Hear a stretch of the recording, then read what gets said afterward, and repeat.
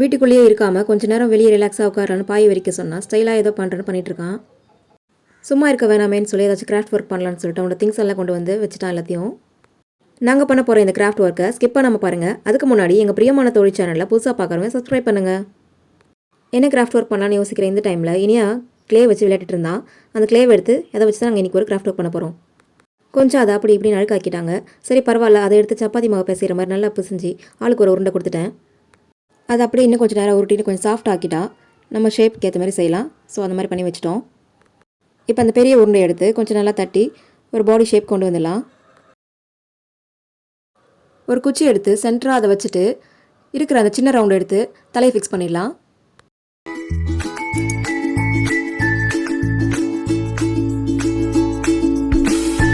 Hair fix பண்ணுறதுக்கு black colour clay இல்லை. So அந்த ப்ளூ கலர்லேயே ஒரு சின்ன ரவுண்டு பண்ணி நான் அதை இனியா கிட்ட பிளாக் பெயிண்ட் அடிக்க கொடுத்துருக்கேன்.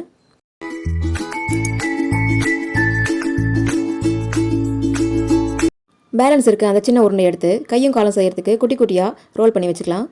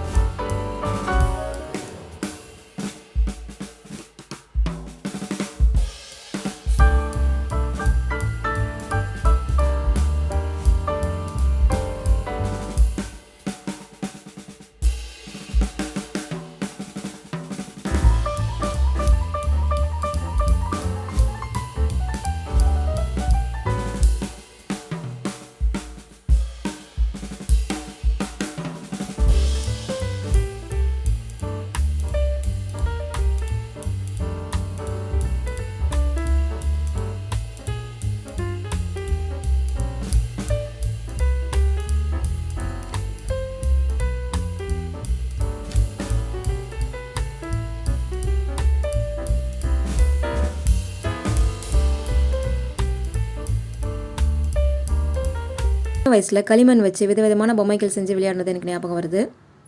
எல்லாருமே லைஃப்பில் கண்டிப்பாக ஒரு தடவையாவது இந்த மாதிரி க்ளே ஆர்ட்லாம் பண்ணியிருப்போம். இந்த மாதிரி அனுபவங்கள்லாம் உங்களுக்கு இருந்துச்சுன்னா கமெண்ட்ஸில் ஷேர் பண்ணுங்கள். ஆல்ரெடி இனியா பெயிண்ட் பண்ணி வச்சு இந்த லீஃப் இப்போ ட்ரை ஆகிடுச்சு. இதில் நான் டார்க் க்ரீனில் கொஞ்சம் ஓரத்தில் லைன்ஸ் மாதிரி கொடுக்குறேன், பார்க்க அழகாக இருக்கும். இப்போ அதில் சென்டராக கொஞ்சம் ஃபெவிகால் போட்டு நம்ம செஞ்சு வச்ச கிருஷ்ணரை அழகாக படுக்க வச்சிடலாம்.